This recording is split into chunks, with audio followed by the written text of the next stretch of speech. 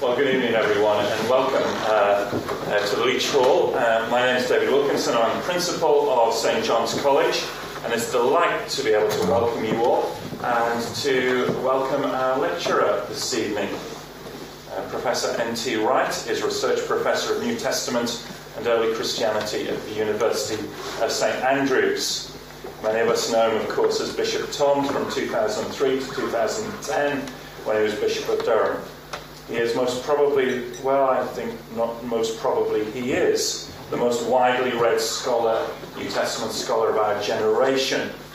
And this particular heavyweight volume, in more ways than one, Paul and the Faithfulness of God, Christian Origins and the Question of God, has been characterized as a summation of a lifetime study, long-awaited, unparalleled.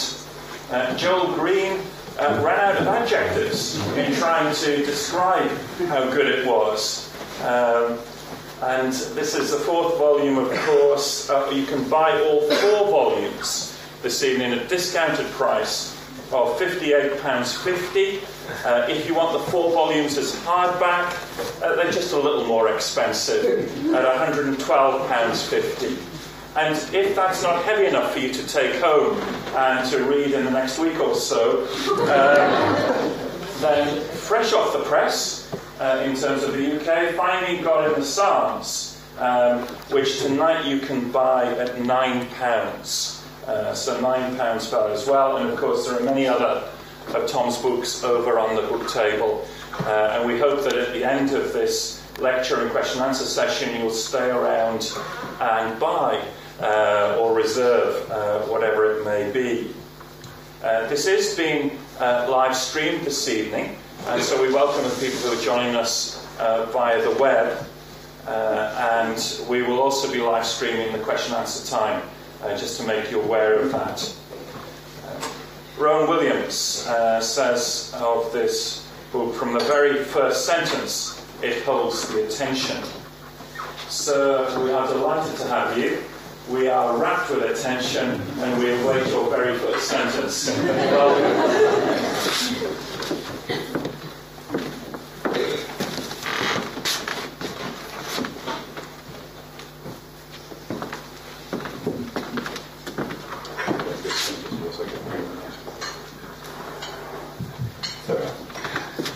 Thank you very much.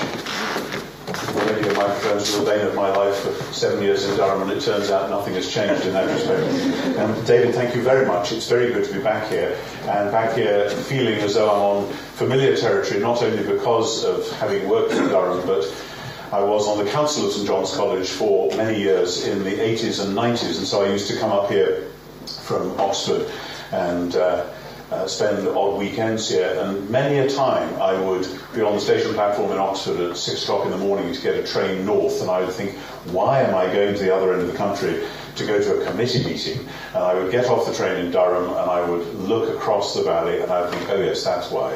And I still feel like that, even though today I got off the train not from the south but from the north, from Edinburgh. And it is good to be back here. I suspect I'm the only person in this room who actually knew a little bit William Leach, after whom this room was named, and who I assume put up the cash for it. That's how these things work.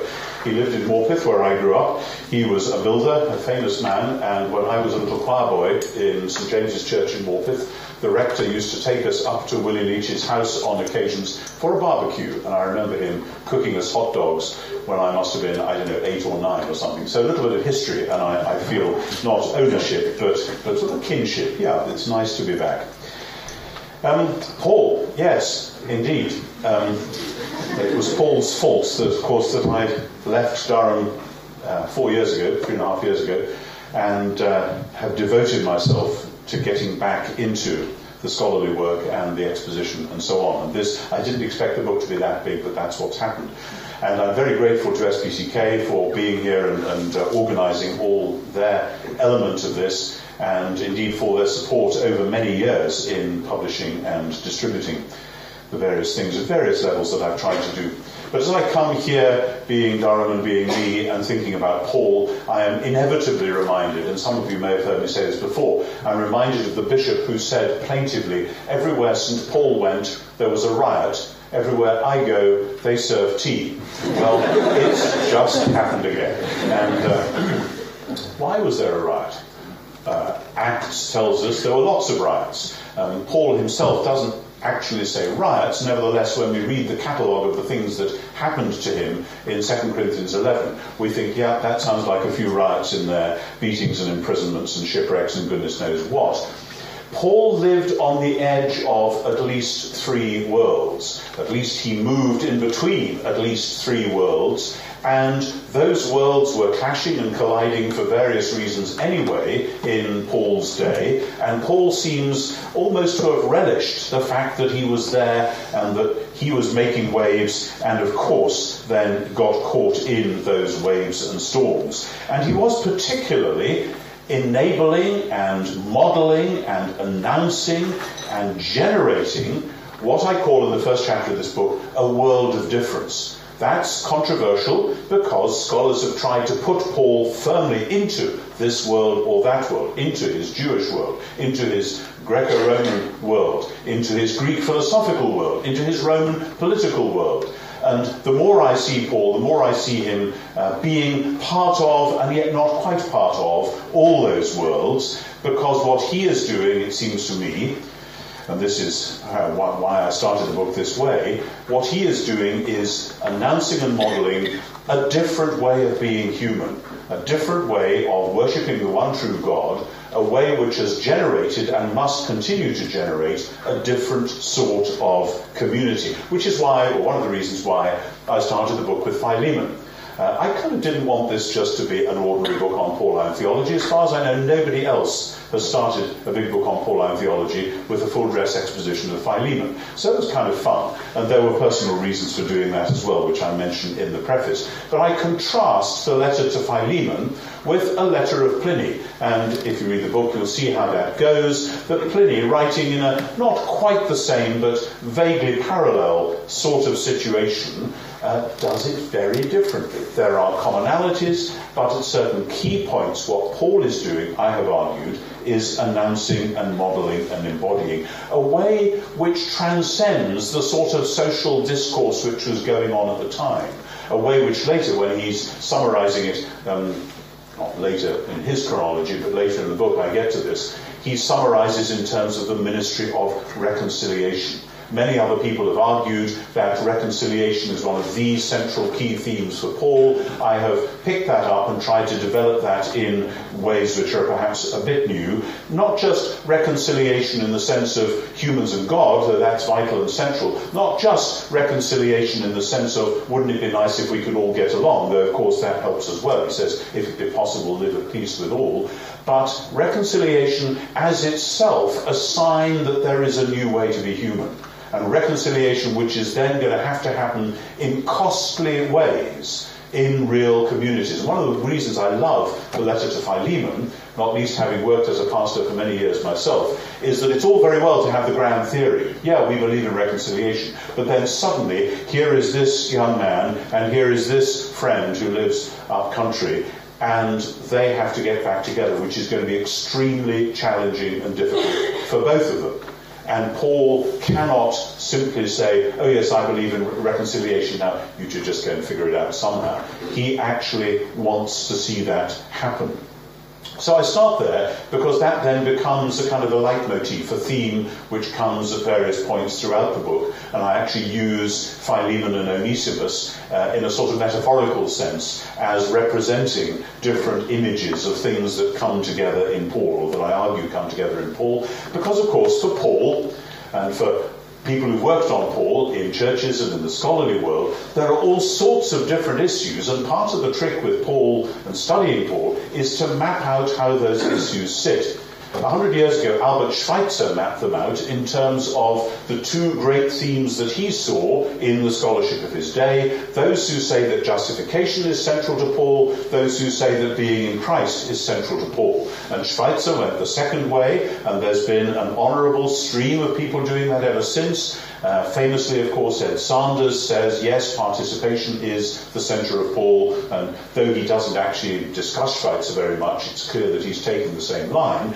But that debate between justification and participation and how they sit together in Romans, in Galatians, in one letter after another, is only one of several either-ors which have dogged the footsteps of Pauline studies right through the 20th century and on into the 21st. Famously, in the last generation, there's been this so-called new perspective, old perspective thing, which got off on the wrong foot in various ways and has continued in various rather muddled ways, I think, and which both does and doesn't map onto Schweitzer's either-or, and which both does and doesn't map onto the big debate that's going on at the moment as to whether Paul was really an apocalyptic thinker or whether he was a believer in something you might call salvation history, or, as I would see it in the middle somewhere, some covenantal reading or other. These are quite different debates. They often pass each other like ships in the night, and it's very difficult for graduate students, let alone for the ordinary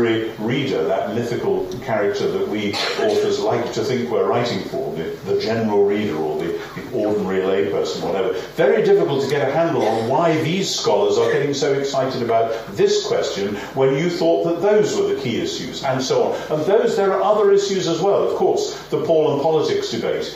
And I do have the sense that somewhere south of Gateshead and north of Darlington there is a sort of resistance to that particular thing going on at the moment. But also the Paul and philosophy debate. Was Paul like a Stoic, but perhaps not quite like a Stoic? Or is that the wrong question to ask? And so on and so on. And these debates rumble on, and we have to wrestle with them. But in the middle of it, we have to try to make sense of Paul in his world. I was trained as an ancient historian before I was anything else, and one of the delights of writing this book was going back to my old stamping grounds in the first century and trying to do it again and make sense of it. One of the great delights, actually, this was quite funny, was that I was able to send the chapter on the Roman Empire to my former Greek history tutor, John Richardson, who was then professor of ancient history in Edinburgh University, and he's still alive and kicking. And I sent the chapter on ancient philosophy to my former philosophy tutor, Christopher Cohen, who is in retirement in Oxford, but still thinking about Aristotle and so on. So I kind of briefly resumed a tutorial relationship from 40 years previously, which was rather nice, and to get their comments and feedback. Doesn't mean that everything in those chapters is blameless and flawless, but at least we did a bit.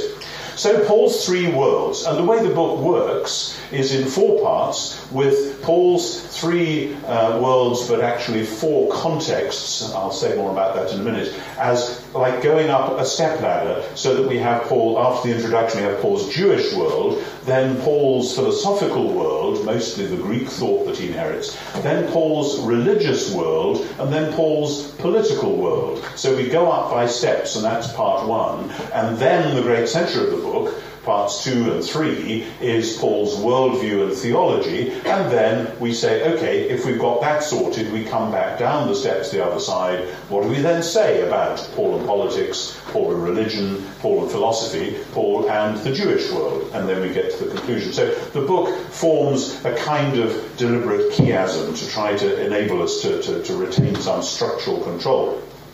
Many, many things one could say and should say about Paul's Jewish world, and I try to say quite a few of them in the rather long chapter 2. But particularly I have made a fresh and fuller and longer argument than I've done before about the narrative world of ancient Judaism, about the way in which, visibly, in different ways, yes, but in converging ways, different Jews at different stages were telling the story of Israel as a great story in search of some kind of conclusion.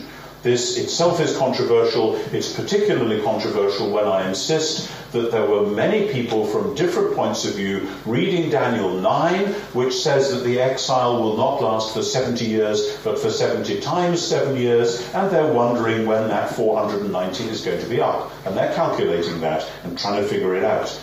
And that people are putting that together with the end of Deuteronomy, the covenantal passage about exile and return, and they're making, from different angles, a sort of collage of this, all waiting for what God is going to do if Israel's God really is going to be faithful to his promises. And obviously that is the motif for the whole book, Paul and the faithfulness of God. So I've tried to map that out, as I say, more fully than I've done before. No doubt there's much more that could be said. But then we plunge straight into the world of philosophy.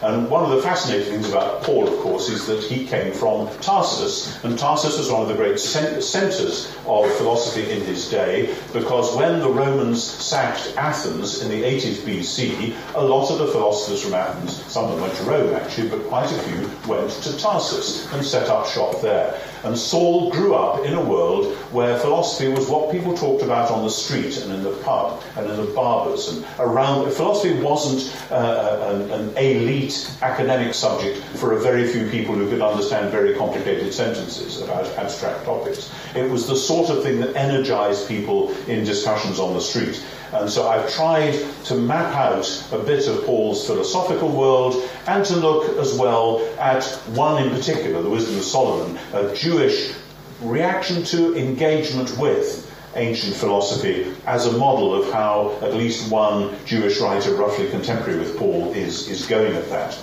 Then the religious world. This is a puzzle because, of course, in many universities, particularly in America, Paul is studied in departments of religion. But the word religion in America today and in post-Enlightenment Western culture in general means something completely different from what it would have meant in the ancient world. Almost by definition, religion in the post-Enlightenment world is what you get when you're not doing politics, what you get when you're not doing public life, what you get when you may not even be doing philosophy.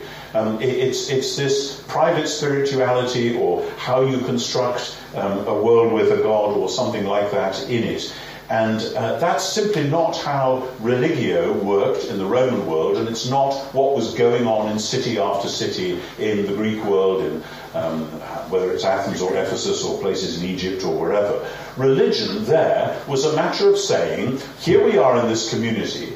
Among the people, among the beings who inhabit this community, there are certain divinities. The great ones, but also our local ones. They are part of our community as well. We can't see them, but we know they're around, and they're kind of powerful, and they may get cranky if we don't keep them happy and on side. So there's stuff that we do, certain rituals, sacrifices particularly, which make sure that they are happy so that the whole community can be safe, can prosper, can thrive, etc. And then it moves out from there with the different things that happen, the consulting of oracles and so on.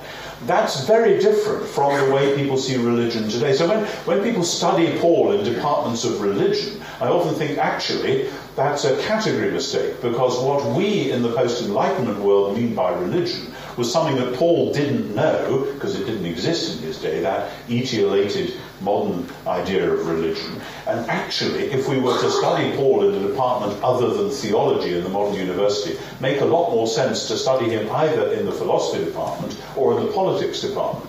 Because Paul, I think, belongs in both of those much more than in what we mean by religion. Anyway, so I map out the ancient religious world a bit, and then in chapter 5 I map out a bit about the early Roman Empire, which is obviously the world that was the overarching political structure of Paul's day. I just took 8 of my graduate students to Rome a couple of weekends ago to see the Augustus exhibition, which was on at the Scuderia del Quirinale. It's on in Paris from, I think, mid-March, so if you haven't seen it, and if you're at all interested, please go. They brought together exhibits of statues and coins and all kinds of stuff about Augustus and the Roman Empire that he launched. They brought this stuff together from all over the ancient Roman world, and it's a once-in-a-lifetime exhibition if you're interested in that kind of thing. One of the things I found particularly fascinating, both in the exhibition and in the study of the early Roman Empire,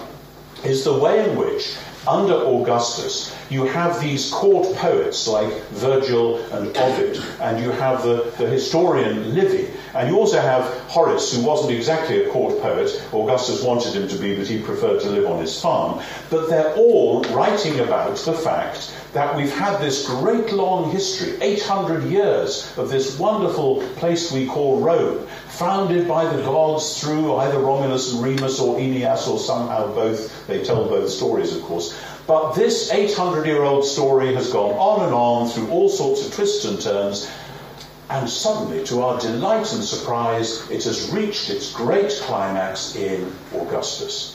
That we have got where we were going. And now Augustus has emerged, he has brought peace to the world, he has brought justice to us and to all mankind where his writ runs. He is, of course, the son of the deified Julius, it says so on the coins. He stands there on one of the coins with his foot on a globe.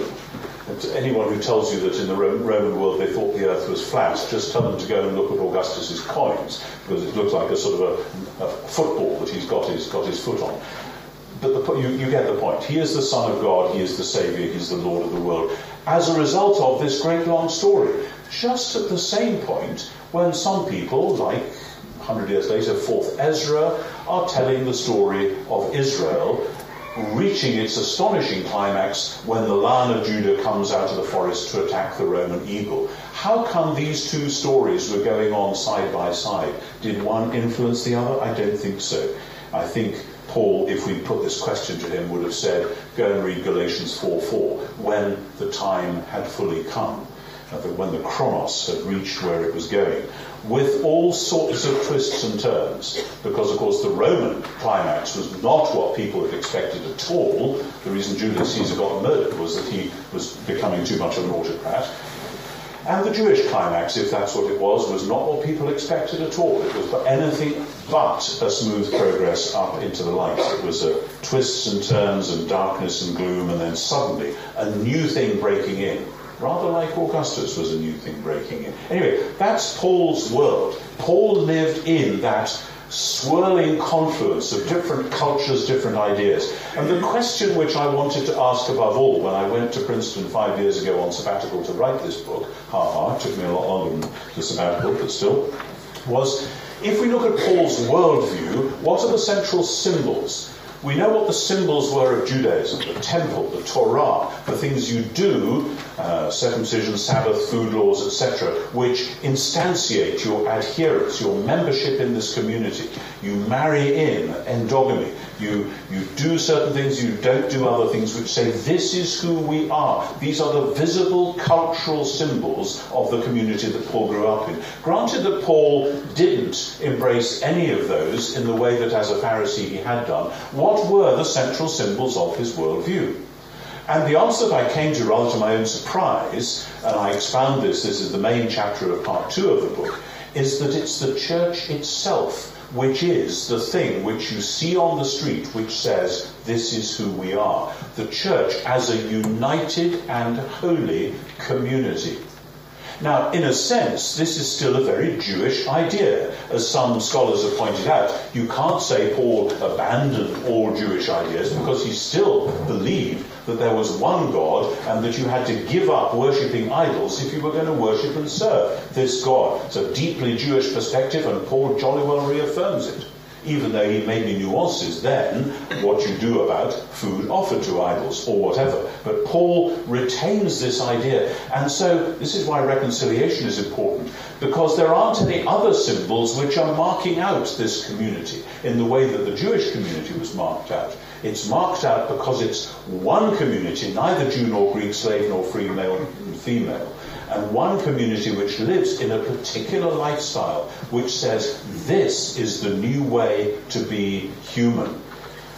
People often ask me, and maybe some of you might ask me tonight, if Paul could come back today, what would he say about us? And I'm afraid the thing which strikes me most firmly is Paul would be horrified at our collusion with radical disunity.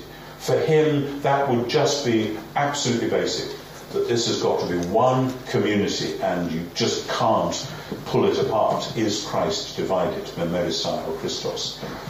And so with this symbol goes a narrative, or rather goes quite a lot of narratives. Because Paul fell heir to a Jewish world which was a storytelling world. Now, most cultures are storytelling, and if you know how to read them, you can see narratives all over the place. But it's pretty obvious in the Old Testament. Not that every bit of the Old Testament is narrative, but there are great narratives which go on through and are picked up and done different things with, and so on. And to get at this, I thought by the time you get to chapter 7 in the book, you deserve some light relief. I use the example of Midsummer Night's Dream, because there you have a story within a story within a story within a story. You start off with the royal marriage about to happen, when the new moon appears. Now fair Hippolyta, our nuptial hour draws on apace. 4 happy days, 4 happy days, bring in another moon. But only thinks how slow this old moon wanes, she lingers my desire, like to a stepdame or a dowager. So wonderful stuff. That's the opening of the dream. But then we move away from the king and the queen, and we get the star-crossed lovers, who are having great fun, falling in love with the wrong people and going off to the wood and getting all muddled up. And then, within that, we get Oberon and Titania, the fairy king and queen, sometimes played by the same people who play Theseus and Hippolyta, just to make the point. And then that all goes horribly wrong because, well, you know how the magic works, and bottom with the ass's head and so on, because you then have the rude mechanicals who are practicing their play, which is a kind of odd, quirky mini version of Romeo and Juliet, which Shakespeare was writing at the same time. And the plots work inside one another so that they're bouncing off one another, and each one affects the other. And when finally they put on, these funny little chaps put on Pyramus and Thisbe, it is, as it were, the nightmare version of what nearly happened with the star-crossed lovers. And because that has happened at the end, everything else can get resolved. And certain themes go to and fro from one narrative to another, particularly the moon, which I mentioned before, so that at the end of Pyramus and Thisbe, when all the characters are dead, like they are at the end of some Shakespearean tragedies, the king, watching, says, moonshine and lion are left to bury the dead. And the moon plays a different role in the different narratives. Now, this isn't an exact parallel, but for Paul, there is the great story of God and the cosmos. That's the big one, God and creation, within which God and humans have a very particular story to tell, within which God and Israel, Abraham and his family, have a very particular, convoluted, complicated, often dark and gloomy story to tell, out of which there suddenly bursts as a totally new thing the story of God and Jesus. And there are certain strands, particularly the law, which play different roles in different stages of that narrative. And to say, oh, Paul contradicts himself about the law, is about as sensible as saying Shakespeare contradicts himself about the moon. I'm not saying the moon is like the law in that sense, just at that structural level. So I explore Paul's narrative world in relation to other narrative worlds and try to get at that. And so through the rest of part 2, looking at... And remember what a worldview is. A worldview is not what you look at, it's what you look through. I just, 2 days ago, I had my eyes tested because I've had these for 3 years and they're getting a bit fuzzy. And so it's only when your spectacles aren't quite working that you take them off and think, oh dear, maybe I need to clean them up or get a new set or whatever. Normally, you're not thinking about spectacles, you're thinking about what you're seeing. Worldviews are things that you look through, they're the assumptions. But if you're Paul and you're trying to persuade communities, churches, that they need to get on board with this project, then you have to teach them some of the things which for you are basic, because you want them to be basic for them too. But it's out of this that the central claim of this book is what it is. And I want to hit this quite hard because it'd be easy in a book of 1,500 plus pages just to get confused and miss the basic points. I want you to be sure you've got it.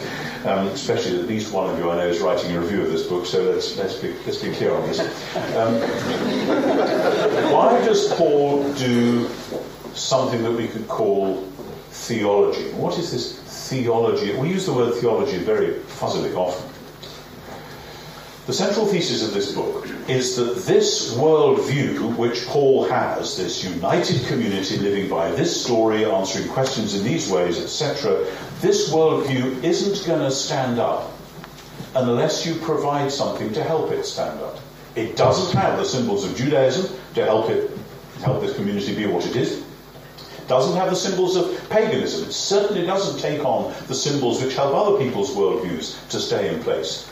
My central thesis is that Paul develops something which with hindsight we can call Christian theology, because only if this community is doing prayerful, scriptural reflection on who God is, who God's people are, where this is all going, monotheism, election and eschatology, only if the community is doing that will it be able to be the holy, united, witnessing community that Paul believes it should be.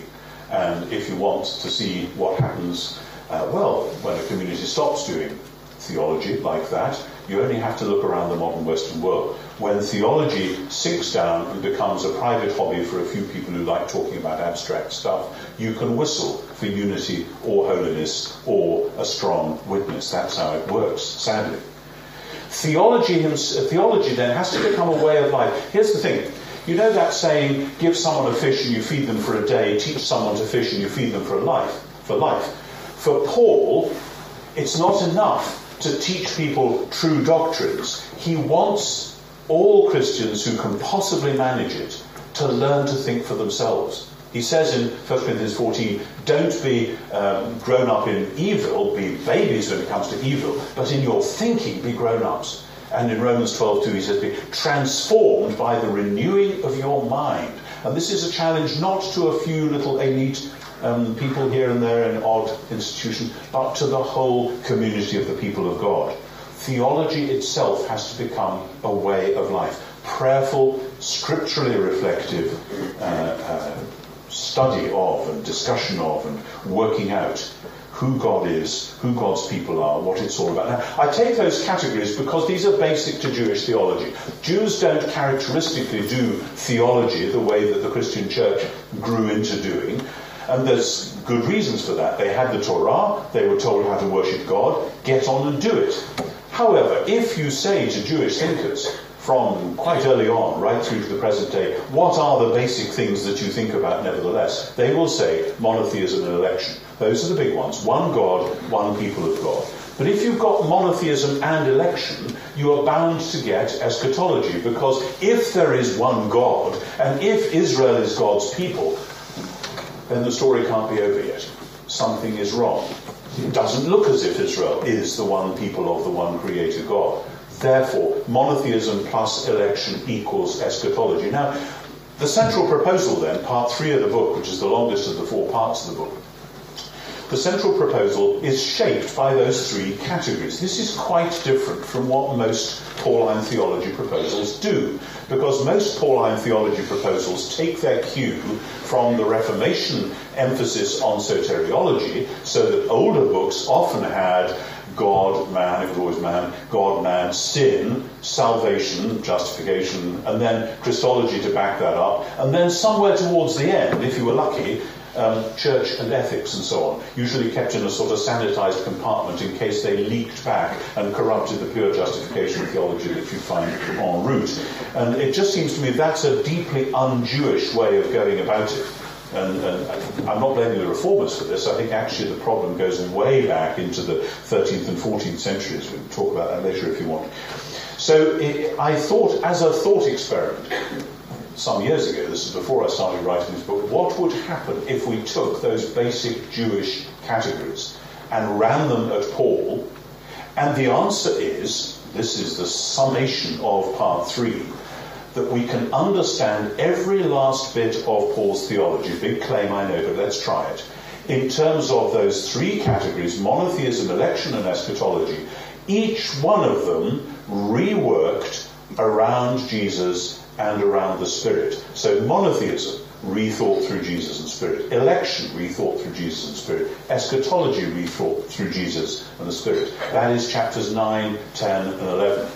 By the way, somebody asked me at a previous book launch, it looks as though you deliberately structured this book so that the chapters would correspond to the chapter outline in Romans, so that 9 to 11 becomes the heart and centre of the whole thing. And actually, no, that was a complete accident. because chapter 4 was a very late arrival. It was all going to be one back from that. And when I pushed chapter 4 into part 1 and the others bumped along, I thought, isn't that interesting? 9 to 11 because it was just as it happened, completely accidental. A happy accident, but an accident. So how then do we go about this? Of course, the category monotheism itself becomes controversial. People discuss and debate today what we mean by that. Is that a later philosophical idea, etc.? What I mean by monotheism in Paul's day is what you find in the traditions about Akiba, 100 years after Paul. Akiba was the great rabbi of the early 2nd century, and he backed Bar Kokhba as Messiah in the revolt of the 130s. And when the Romans caught up with them and were torturing Bar Kokhba and torturing Akiba to death, I think they just killed Bar Kokhba, but they tortured Akiba to death by combing his flesh with steel combs. He was praying the Shema. Shema Israel, Adonai Eloheinu, Adonai Echad. Hear, O Israel, the Lord our God, the Lord is one, Echad.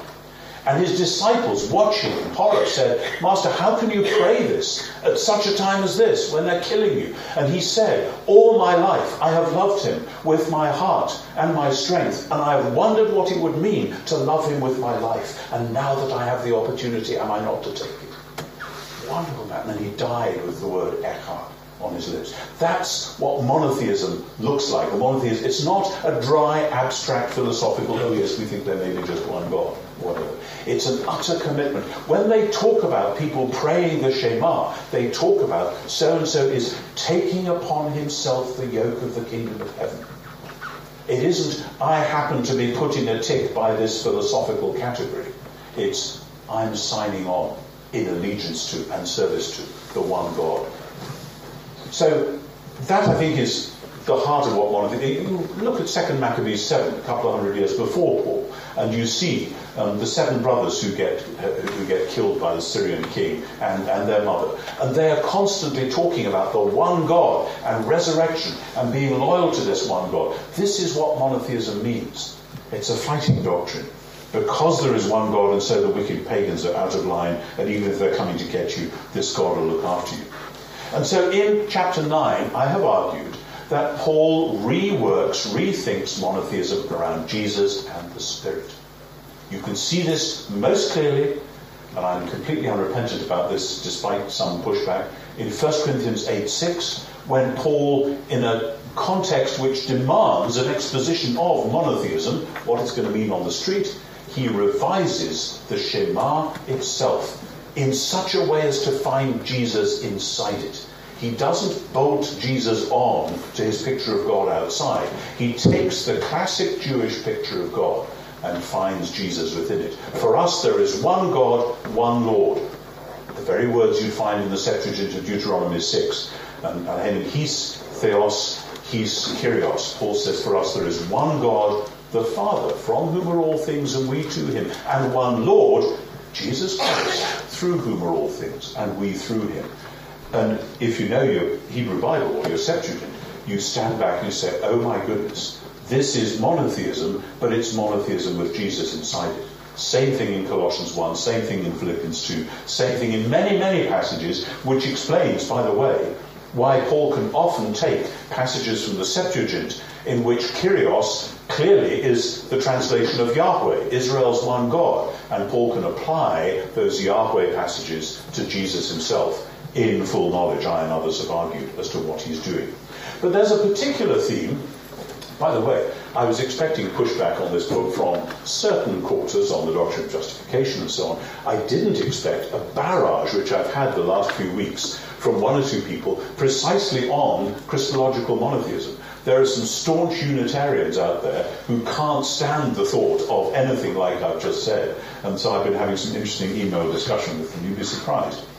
But the theme which I think has been missing from a lot of scholarship about this is the theme of the return of Yahweh to Zion. Isaiah 40, Isaiah 52, Yahweh is coming back, the glory of Yahweh will be revealed and all flesh shall see it together. Mark quotes from Isaiah 41 to 11 when he's introducing Jesus. And yet, this isn't about a Messiah coming, it's about Yahweh coming. Malachi says the Lord whom you seek will suddenly come to his temple. Why? Because, as you know from Ezekiel, Yahweh had done a sort of vertical takeoff when the temple got completely uninhabitable, and so the chariot with its whirling wheels leaves, goes off to the desert somewhere, and at the end of the book of Ezekiel, it says he'll come back. At no point in the whole Second Temple period do we find anyone saying he has come back. Oh, there are hints of a presence, a vague sense of maybe he's around somewhere. But nobody says the glory has returned, the Shekinah has come back. Indeed, one of the later rabbis, when talking about the Second Temple, they say, well, the Second Temple wasn't as good as the First Temple. It lacked various things, Aaron's rod that budded and stuff like that. But one of the things it lacked was the Shekinah. The divine, glorious presence had not come back. And I have tried to track ways in which, in Paul, and I think in traditions which Paul has inherited, Jesus is interpreted in terms of the return of Yahweh to Zion. You cannot have a higher Christology than that. Nor can you have a higher pneumatology, because when Yahweh returns, it'll be like the Exodus. It'll be like the pillar of cloud and fire leading the people through the wilderness to their promised land. Paul tells that story in Romans 8, in Galatians 4, and other places. Only the thing, the being, the creature, the word, not creature, wrong word, sorry, the entity, trying not to say God at this point, that is leading the people to their promised land is the Spirit. Paul takes the Exodus narrative, and in the place of the pillar of cloud and fire, he discovers the Spirit. And again, people have often said, well, it looks as though the early Christians are basically binitarian, God and Jesus. And then the Spirit, they didn't figure that out till the 4th or 5th century, or the Cappadocian Fathers or whoever. No. What the Cappadocian Fathers were doing was scrambling with their categories to catch up with this very high pneumatology, which was right there within 25 years of the crucifixion. Monotheism revised around Jesus and the Spirit. And the whole thing to say, this God has been faithful. He has revealed himself in a totally new way, and he has done so in faithfulness to what he always promised. That leads then to election, to the revision of election. And this is where the whole of soteriology is located. Because the purpose of election, of calling Abraham in the first place, was to address and solve the problem of Genesis 3, Genesis 4, Genesis 6, Genesis 11. The problem of the fall, however you want to describe it, the problem of the invasion of the powers, if that's what's going on, the problem of Babel. All of this is addressed when God calls a nomad, Abraham, and says, in you and in your family, all the families of the earth will be blessed. And he promises him a land and a family.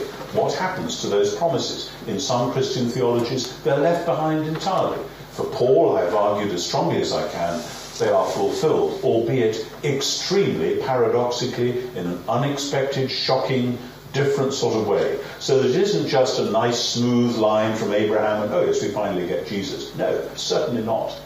That was argued in various Hegelian terms in the 19th and early 20th century, and I set my face completely against that. But, nevertheless, when God does the new, shocking, surprising thing, we look back and say, oh my goodness, actually this was what he promised to do all along. In other words, the story of Abraham and his family is the story of how God is rescuing the world. And it focuses then on Jesus as Messiah.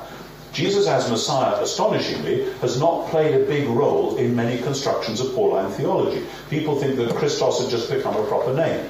I and some others have argued rather strongly against that, and instead have argued that for Paul, it's Israel reaching its fulfillment in Jesus. Jesus precisely, this is why election has to come after monotheism. Jesus precisely as the one in and through whom the one God has now revealed himself in action in this new way.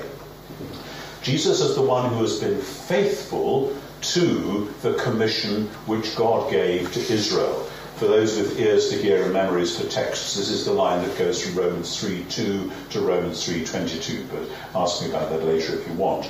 So that the faithfulness of the Messiah, his obedience unto death, even the death of the cross, is where election had been going all along. That is, I think, the heart of it for Paul. So that the death of Jesus as Israel's Messiah is absolutely the very centre.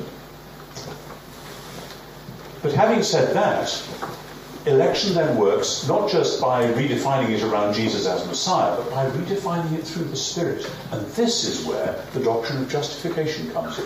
One of the biggest problems in the history of Protestant theology is the attempt to get a full doctrine of justification out of Romans 3 and 4, where the Spirit is not mentioned.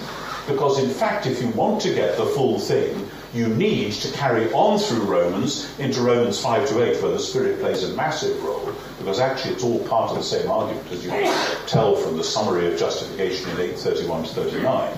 But also in Galatians and also elsewhere, where Paul is drawing it together. He does it in different ways. But for a full doctrine of justification, you need to have Messiah central, of course. The death of Jesus, absolutely, that's what does it. But then, how is that applied? It is applied in the preaching of the gospel through the work of the Spirit. And here's the point. The Messiah's faithfulness, pistis, is the thing which accomplishes salvation on the cross. But those who by the Spirit are drawn into this discover that their first sign of life through the gospel, through the Spirit, is itself pistis, faith. Not because faith is kind of a nice sort of religious experience that God likes people to have, and so, yeah, that'll do. But because pistis is precisely the Messiah badge. It's the thing which says, we are the Messiah's people. It's the thing by which they... If you look at Galatians 3, 23 to 29, you'll see Paul has all these themes rushing together into one. And they all make sense together and interpret one another. And I love Romans, but the danger with Romans is that people imagine that Paul's theology goes in chunks. So you have justification in 1 to 4, something else. Is it participation? Is it being in Christ in 5 to 8? Then this odd bit about Israel in 9 to 11, and then the practical stuff at the end. It's much, much more interwoven than that, as you can see by the way in which the themes occur elsewhere. So for Paul, justification is covenantal, it's to do with election, it's to do with the fulfillment of God's promise, and therefore it is also forensic. That is to say, it is a law court category, but the way the law court works is eschatological. God will, at the last, sort everything out. This is the great psalmic doctrine of the judgment of God. The trees in the field and the animals and all the rest of it will be celebrating because God is coming to judge the world. Not to blast it out of sight, but to put it all right at last. To rectify it. To sort it out. That's what God's going to do at the end. And the extraordinary thing about the gospel, and this is where election tips over into eschatology, is that what God said he would do at the end, he has done close up and personal in Jesus as Messiah, and is now applying through the Spirit. This is what in the trade we call inaugurated eschatology. That which was expected at the end has burst unexpectedly into the middle, into the present, so that we now are people of the new age, even though the old age is still rumbling along. This is the classic now and not yet of Pauline theology, which is a very standard thing to say. So justification can only really be grasped in terms of that basis in Messiah and Spirit, which itself is rooted in monotheism, in terms of an eschatological framework, what God will do at the end, and then the anticipation of this in the present. So that the judgment, the verdict, which God will announce at the end, is brought forward into the present when somebody believes. That's justification by faith in the present. And as Paul says in Philippians 1, the one who began a good work in you will perform it until the day of Jesus. The future will correspond to the present. How does that work? That's part of what Romans 5 to 8 is all about.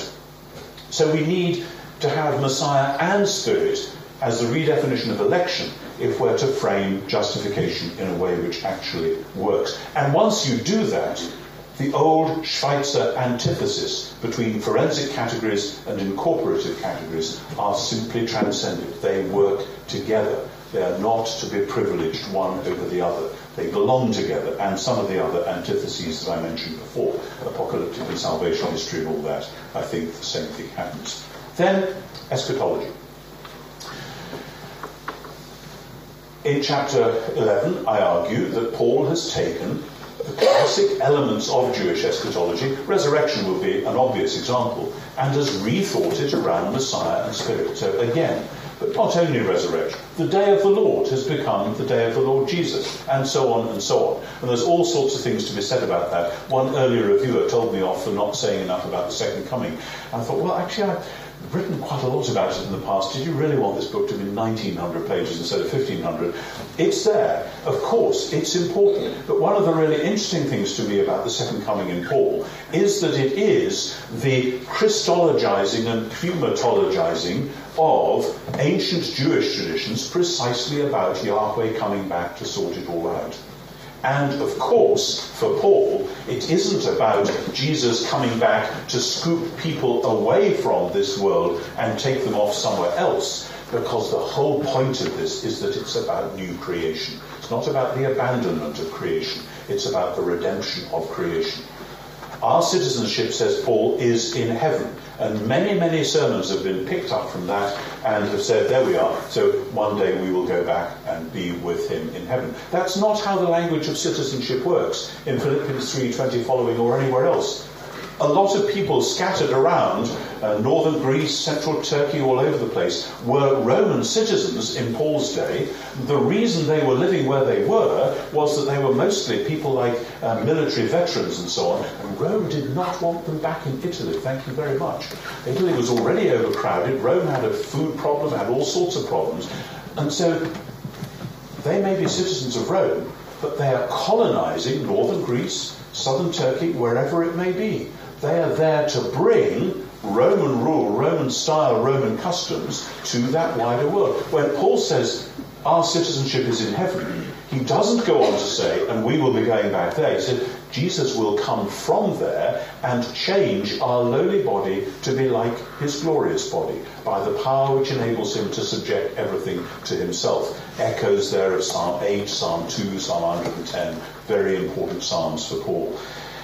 In other words, Paul believes that new creation has been launched with the resurrection of Jesus, that new creation will be completed at the last day, and that those who believe in Jesus and the power of the Spirit in the present are not only to bear witness to that, but are actually partaking in it already. God is going to put the world right, and in advance he puts people right, justification, so that they can be putting right people for his world. Somebody asked me many years ago, how does justification go with justice? I didn't have a good answer to that. I think I have just given you the answer now. That's how it all fits together. And that's why in chapter 11, there are two quite substantial sections on things you mightn't have expected to see there, but which can only, I think, really be dealt with once we understand eschatology. One is ethics. We can only understand Paul's ethics when we see that whole swirling mass of moral instruction and exhortation and so on in the light of the now and not yet. And here we discover, I think, a bit about why inaugurated eschatology was necessary. Why didn't God just do it all at once? If the world needed saving, just step in and save it, for goodness sake. Well, no, actually, because God wants human beings to grow up and become fully human beings. But that involves human beings actually becoming adults, as he says, becoming grown up, learning things, growing, developing, being trained in the new sort of human life. And that isn't something that happens automatically, that God just zaps you and it happens. You have to take responsibility for it. And quite a bit of Paul's exhortations are about people learning painfully to put to death one sort of way of life and to come alive with another. And the same is true for the great topic which comes in Romans 9 to 11, which is the story of Israel. What has happened to the people of God? And again, I believe that in Romans 9 to 11, Paul mounts a very careful, very thought out, very sophisticated argument which amounts to saying that there had to be this time lag, this delay, because God had to subject all to disobedience so that he might have mercy upon all. And by the way, those of you who've read previous stuff I've written about Romans 9 to 11, you may be interested to know, in case you're tempted to skip that bit, that I developed, to my surprise, a whole new argument about the shape and the way the argument works. Because people often say, Paul's just kind of winging it, making it up as he goes along. He tries out one solution to the problem in Romans 9, that doesn't work, so he tries another one in Romans 10, and that still doesn't work. And then finally, at the end of 11, he said, I've just had a new mystery, it's just been revealed to me. A lot of commentators actually read Romans 9 to 11 like that, as though Paul is flailing around. I don't think so for a minute. This is a rhetorically sophisticated piece of writing designed so that the audience, the readers, the people hearing this would be taken through these different things. But I think Paul knows the end from the... He's had this discussion 1,000 times in the lecture hall of Tyrannus, in the synagogues, in the back of the shop, and over beers late at night with young men falling out of windows and goodness knows what.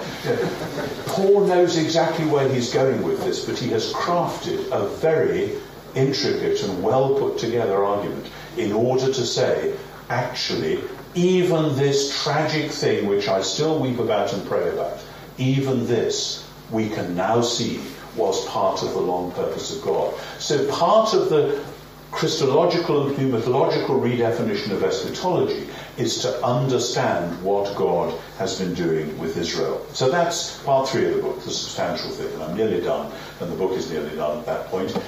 Part 4, the final part, we come back down the ladder. What then do we say about this very Jewish theology as it lands on the street in the world where Augustus Caesar and his successors proclaim themselves at least as Kyrios, at least as Divi Filius, and sometimes as more than that? And so I talk about the different passages, and I engage in some debate, which you may know about, in terms of how that all works out.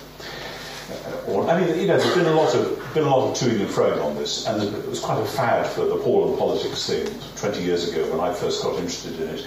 And like all fads, you go for it hell for leather, and then after a while you step back and you think, wait a minute, we may have overdone this, and there's been a lot of overdoing of it. So this is an attempt at a more mature, seasoned old man's point of view, but I still think I'm right. As Bertrand Russell says in his autobiography about one of his former wives and some particular discussion they had, she still thinks she was right and I still think I was right. Well, that's how it is sometimes. And then the chapter on Paul and religion. Because the more I thought about first century religion and then thought about Paul, the more I found myself saying, rather despite my initial suspicions, that actually for Paul as well, this community is where God is at work, is where the Spirit is at work.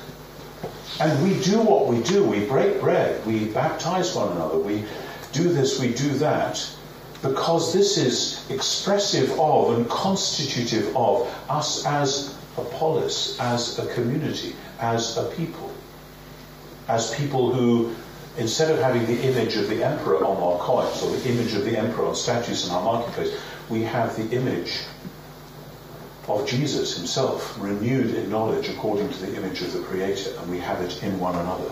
We, beholding one another, are being changed into the same likeness through the God who is the Spirit, through the Lord who is the Spirit. So Paul and religion, and then Paul and philosophy. Where does Paul sit? Does Paul stand away from all of that? No, because Paul believes that what we have is new creation and what we have is a new humanity. Paul's theology is able, I believe, to outflank, to include but outflank the great philosophical debates which are going on. The debates about what there is, physics, about how we know stuff, logic, about what to do, ethics, different ways of doing it. That's how Diogenes Laertius lines it up, the 3 great categories of philosophy for him. And Paul actually addresses each of them, but from his own standpoint, in his own way. And again, I engage in some debate with contemporaries on that. And then Paul and Judaism. How does Paul come back and deal with his Jewish world. Obviously, we've done a bit about that with Romans 9 to 11. But there are lots of other hugely difficult, hugely contentious issues around that at the moment. And I try to navigate my way through. It's a bit walking on eggshells in the political climate right now. But I had to try, and I did. And not least, the question of how Paul read Scripture. Which by then we hope we've got a handle on. And so to the final chapter about what was Paul really trying to do? What was his aim? And yes, it's reconciliation, but it's reconciliation in multi-dimensional mode. And how does all that work? And I, rather to my surprise, on a hint from a family member, I found myself taking the German theologian, well, German cultural critic Walter Benjamin, who has been a bit of a guru for some recently. Benjamin was died at the beginning of the war. Not sure whether he committed suicide or was killed by the Nazis, probably the former. Having finally given up on the whole dream that there might be a progress in history which was getting somewhere. He'd dreamt the Marxist dream, and then he'd seen that as the answer to the rise of totalitarianisms, and then he saw with the Molotov-Ribbentrop Pact that Nazis and Stalin had got into bed with one another, and he said, this is it. We can hope for nothing from history. History is just a rubbish heap. All we can hope for is a new messianic moment. This is a secularized Jewish vision in the middle of the 20th century, and a tragic one.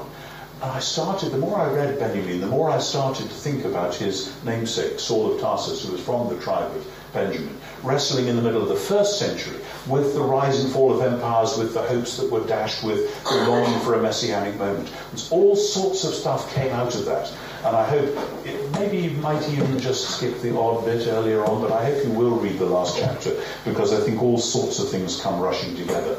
And finally come back to Philemon and Onesimus and the model of reconciliation. Reconciliation between politics and philosophy, between history and theology, between Jew and Greek and slave and free and male and female. Reconciliation as the keynote, the thing which shines out, the thing that says there is a new way to be human because there is a new creation. And it was launched through Jesus and his death and resurrection and is now operative through the Spirit. And so I'm sorry, I've gone on too long, never mind. We did start slightly earlier, we thought about it. So we come back, and I actually do this as a riff at the end of chapter 9, but I'm going to close with it tonight. I imagine Paul in his prison in Rome, awaiting the sentence of death. It would be kinder than Akiba's death. They wouldn't comb his flesh with steel combs, they would merely chop off his head. I don't know if you've been to the Church of St. Paul without the walls in Rome, but they actually reckon that may actually be all buried there, and so on. The archaeologists are more confident, I think, than they used to be. And I imagine Paul, like we hear about Akiba, praying as he is waiting for death. What would he pray? Perhaps he would pray what we find in 1 Corinthians 8:6. Hear, O Israel, the Lord our God, the Lord is one, Echad. And now alhemin his theos hobater exut apanta ka hemis his anton kai his kyrios Jesus Christos dihut apanta ka hemis diautu. For us there is one God the Father, from whom are all things, and we to him, and one Lord Jesus Christ, through whom are all things, and we through him. I think Paul prayed that as a Jew he had prayed the Shema, and I see no reason to suppose that he might not have been praying it as the executioner came in with the sword. Because for Paul, prayer and theology ultimately are not two different things. Theology is thoughtful prayer. Prayer is devotional theology. That's the ultimate reconciliation.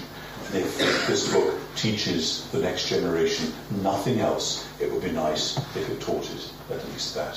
Thank you very much.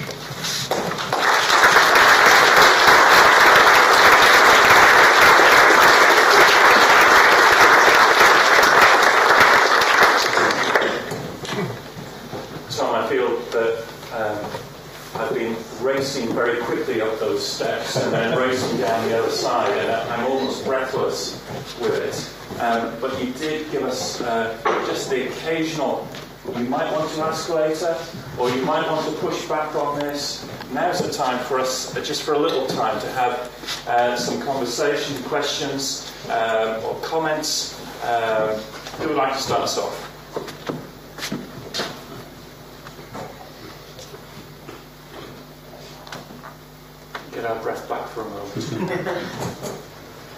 It's almost exactly 11 years ago that I came into this room and somebody announced that I was about to be Bishop of Durham. And there were plenty of questions then, especially from the journalists. There probably aren't any journalists here today.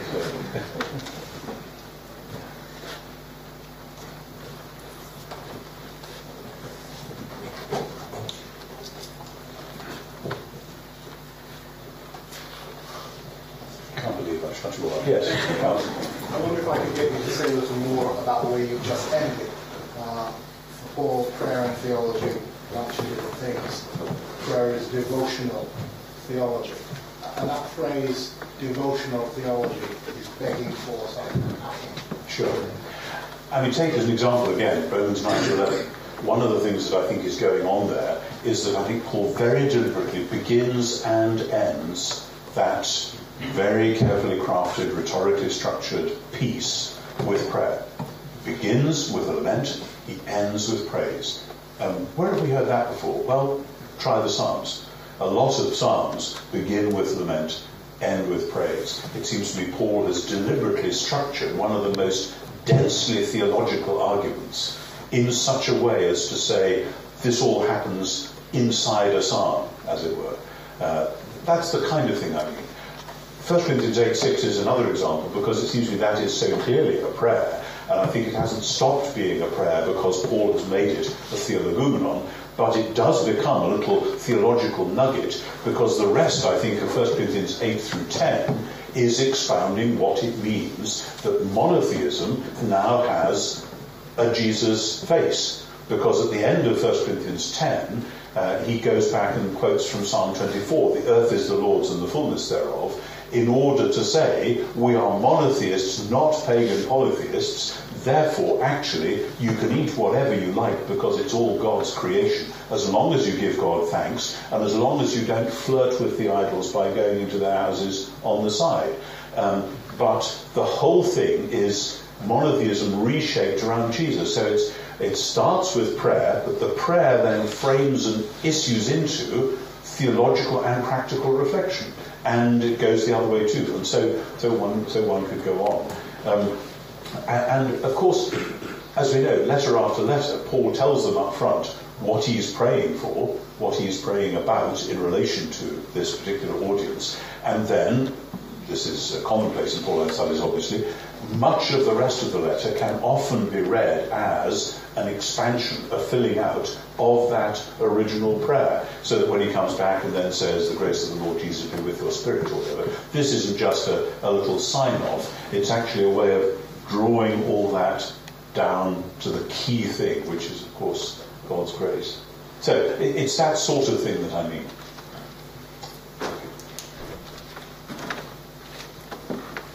Yes? Thank you very much for the lecture, and I was just thinking about Israel's narrative and the shocking moments or the radical twist that Paul puts to it in terms of Gentile inclusion in the people of God. I was just reading Isaiah 54-55 today, and there the vision seems to be when Gentiles are somehow included in this restored people of God, to keep the Sabbath, they need to be really in this, in kind of Jewish terms. Where do you see Paul getting his radical notions of no circumcision, no law for Gentiles, being included in the people of God? Where does that come from? What is Paul's logic for such a radical move? Yeah, nice question. When you said Isaiah 54 and 5... 54 to chapter 55. Yeah, but it sounded as though you were moving on to 56 and 7 as well, about the Sabbath. In 55 he has the Sabbath. Isaiah 55 has the... When you check that? Somewhere around there. Anyways, I think 56 is following. But basically, I mean, it works. 52 is the announcement of the kingdom of God and the army coming back. Yeah. 53 is the servant dying. 54 is the renewal of the covenant. Yes. 55 is the renewal of creation. And then 56 to 66 is sort of, okay, now so what? I mean, that's the way the canonical shaped book now works. Anyway, but I'm not quite sure how that relates then to the question about how Paul decided they didn't need circumcision. Well, in Israel's narrative, prophetic vision included the intensification of Torah. Yeah. And Paul doesn't have that. Right. Where does that come from? Okay, I think that, I think that's what he's arguing in Galatians, and in Galatians it comes straight out of the cross. It's the cross has said no to the whole of the former way of life. And for Paul there is no way of saying, okay, Jesus has done that, isn't that nice, but we can kind of slide round and avoid the effects of that and still retain our original identity. Paul says, I am crucified with the Messiah. Christos unestaromai. Nevertheless I live, yet not I, but the Messiah lives in me. And it seems to me that is the answer to the question of identity which occupies him in Galatians 2:15 following, where he says to Peter, we are Jews by birth and not ex-ethnon hamartoi, sinners of the Gentiles. Yet one is not justified by who your parents were, but what he actually says is through works of Torah, because he's discerned that works of Torah would restrict membership to Jews and Jews only, or Gentiles would be coming in as second-order members. And then simultaneously he realizes, in Romans 3, in Galatians 3, that if it was works of Torah, no one would get there anyway, because all have sinned. So there are two key reasons, and I think they both grow directly out of the cross. I don't think prior to the cross Paul had any idea that actually the whole world was equally sinful, so there had to be some different way.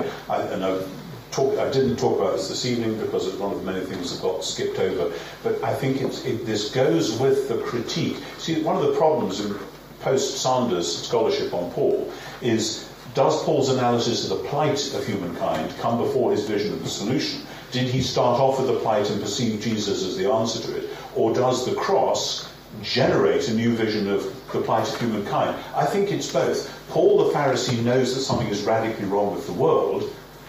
Paul the Christian, believing in a crucified and risen Messiah, sees an utterly radicalized version of the plight which he had already. We've got plight number 1, revelation of Jesus, plight number 2. And it's the cross and resurrection which say this is a whole new creation and you can't get to it without being crucified. So for him, part of the crucifixion is leaving behind the identity markers which distinguish the one from the other, and which in any case weren't doing them any good because of the radical nature of sin. So there's two things going on there. So I think you can see this in and under the text of Galatians, particularly where it's the key issue. I probably, as soon as I get out of here tonight, I'll think of some equally important answer, but at the moment that's the sharp edge of it. Yeah. And then back then. The book you summarised for us this evening is volume 4 in a series. At the risk of asking you to give an even bigger picture, could you comment on how it fits into the whole series?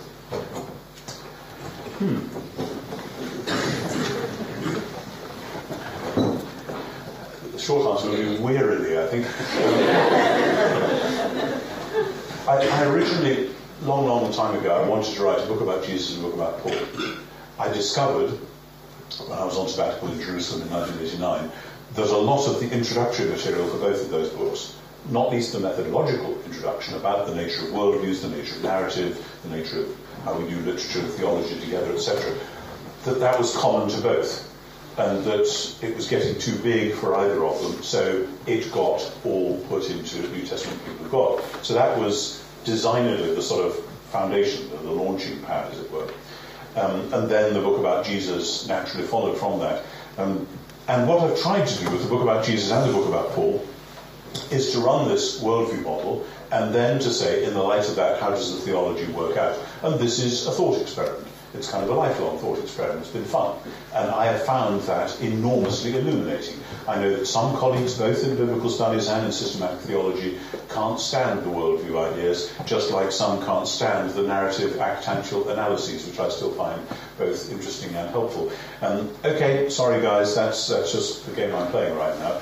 I hope it doesn't get in the way. But the resurrection book was a complete accident because it sort of grew out of what should have been the last chapter of the Jesus book and again got too big. Nevertheless, I'm quite happy that it sits there between Jesus and Paul, as it were, because it is just as much the generative thing. no resurrection, you don't have Paul, because as far as he's concerned, if you just had a crucified Messiah who hadn't been raised from the dead, then we all know he's a failed Messiah. And with that, of course, a considerable swathe of 19th and 20th century biblical studies is actually called into question, because it's tried to do the whole thing without a resurrection, which just can't be done. So I do see it as a coherent whole, both methodologically and in terms of a whole project. The main thing is, this isn't a New Testament theology like the New Testament theologies we have known and loved, because they, it seems to me, are trying to organise the different theological categories, often with historical reference, but rather apart from that. What I've desperately tried to do is to get as much of the historical thick description as we can, and to let the theology emerge from that. And when it does so, one of the key things that I found is that, as I said, a lot of New Testament theology has taken 16th century categories or even 19th century categories and has asked them as questions back to the first century. And we spent our time reading the Bible, but basically giving 19th century answers to 16th century questions. And what I'm desperately trying to do is to give 21st century answers to first century questions. Seems to me a difficult but far more important task. Yes, a question back there. I'm completely new to all this and very much not really inaugurated within the biblical studies field or whatever. Welcome. You have a lifetime of delighted exploration ahead of you. Just a kind of broader question around interfaith dialogue and politics at the moment. So, one is how does Islam conceive of Paul in this? Because you often hear of Islam considering Jesus as a prophet before the final revelation through Muhammad. How does Islam conceive of Paul as a figure? And also, given contemporary politics and how necessary it is to have some kind of interfaith dialogue and a reduction of ignorance around the beliefs and similarities of different religions, how would you use Paul as a figure to enhance or disagree with, or...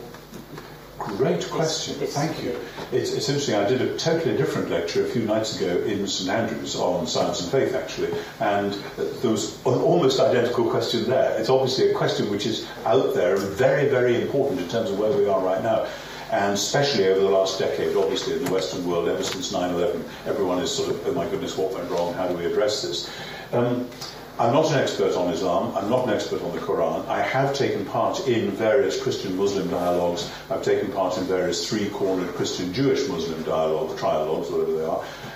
And I've learned an enormous amount through doing that. I have hardly ever heard Paul discussed in those contexts. It tends to be a focus on Jesus, if we're coming from that angle. And I actually put my hand up. I do not know if the Quran says anything about Paul. It may just be I've forgotten some key text, and maybe somebody present knows that and I don't. But Paul is an embarrassment, of course, from a Muslim point of view, because he clearly believes in the death and resurrection of Jesus, which the Quran says actually didn't happen. And he clearly believes in the full divinity of Jesus, if you want to use that language, which again, critical for Muslim faith that isn't the case. Written in Arabic around the Dome of the Rock is, there is one God and he does not have a son. And Paul would say, excuse me, that's just not good enough. So, but what I see going on, and if I were given the kind of odd, it's like a sort of exam question that you might set somebody. If I was given the exam question, supposing you were engaging in dialogue with a Muslim and the topic was Paul, where would you go with that? I would want to step right back and talk about the structure of philosophies and worldviews and so on, and how Paul was offering a fresh way of being, if you like, in the Jewish worldview, over against ordinary paganism, Stoicism, Epicureanism, the Academy. And this is a different worldview which takes on all of those in their different ways. And then how Islam, more than half a millennium later, comes along and offers a different sort of post-Jewish monotheism, which then has to deal with the same philosophical issues, but does it differently. And then you have the way that the Quran relates, because the Quran is in Islam what Jesus is in Christianity. It isn't that Jesus is like Muhammad, Jesus is like the Quran. he is the revelation, he is the Word of God, etc. And then to see how Paul's vision of Jesus and the Muslim vision of the Quran both do, and I mean, they're addressing the same ultimate questions. And that's the great thing, if we can get the ultimate, who is God? Is God here? Is God a long way away? Does he interact with the world? If so, how? What's the problem of evil? Does God solve it? All those big questions, we're all doing that, whether we're Stoics, Epicureans, agnostics, Marxists, Muslims, whatever. And so you first need to sketch that huge, enormous, vast map, which you can spend your life doing, and then to say, now, here is Paul on this map. Isn't it interesting? That seems to be where the Quran is. What sort of conversation could they have? But you'd need to do that, because otherwise the danger would be you rush in with particular texts and you trip over yourselves before you got too far. But it seems to me that we do have a vocation in the church at the moment to be involved. When I was here in Durham, we tried to get the Scriptural Reasoning Project off the ground. It's actually hard, because most of the Jewish communities within shouting distance are the ultra-Orthodox ones in Gateshead, who are very civil, very polite, very nice, but they don't actually want to engage in dialogue. And there aren't many Muslims around, a few, but not really enough to get a critical mass. You have to import them. So go for it if there's a chance to do that. Sorry, long answer, but that was a great question. Was there another? I think I'm going to... on the point of view of our colleagues from SPCK, they'll want lots of time for people to hang around, to chat and to visit the book table. And it seemed to me that that's a good place, Tom, to thank you, because you've painted that small picture on the map of ultimate questions of where Paul is. That's been immensely entertaining, enthralling. Whenever I hear you speak, I always want to say, really, it's difficult to keep up with you. What I need is a book to sit down and read. And then when you finish, I want to say, I wish there was a book that I could read to just take the story on a little bit more. Well, tonight, there it is. But more importantly, you embody that holding together of prayer and theology, and that encouragement for us to think as adults and to have our minds renewed. We're grateful not just for that tonight, but indeed the whole of your ministry in doing that. So thank you very much indeed. Thanks, Nick.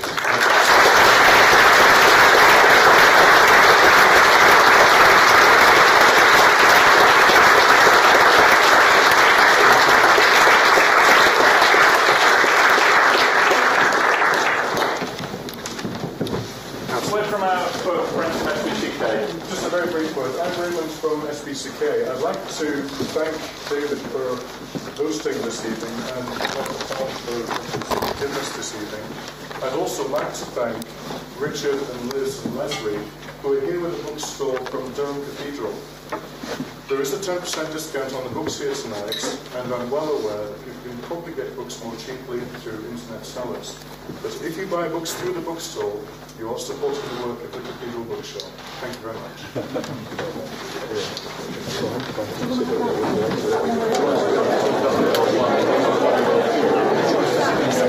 Excuse me, thank you very much for your lecture this evening. I think it's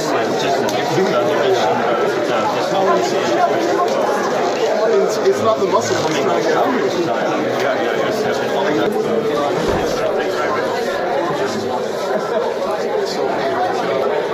didn't think anyone was taking that seriously, so I thought, let's try it again. So I actually developed it, and I've engaged with Romans in 16, 17. They hear this angelic voices saying, we're getting out of here. But hey, it's worth a try. Are they the angels of the divine presence?